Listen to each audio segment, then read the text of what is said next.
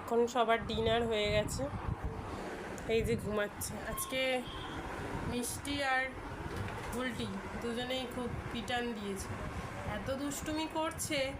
মিষ্টি ইদানিং খুব দুষ্টুমি করছে, তার জন্য ওকে দেওয়া হয়েছে। আর বুলটি মানে যখন যেমন এসছিল তখন অনেক শান্ত ছিল, বাট এখন কী হারে যে দুষ্টুমি করে, তার জন্য একটু মাঝে মাঝেই মার দিতে হয়, ঠিক আছে? নাহলে ও ঠিক শান্ত হয় না। মানে মার মানে যখন একটাই জাস্ট লাঠির বাড়ি ওকে দিলে ও স্টপ একদম।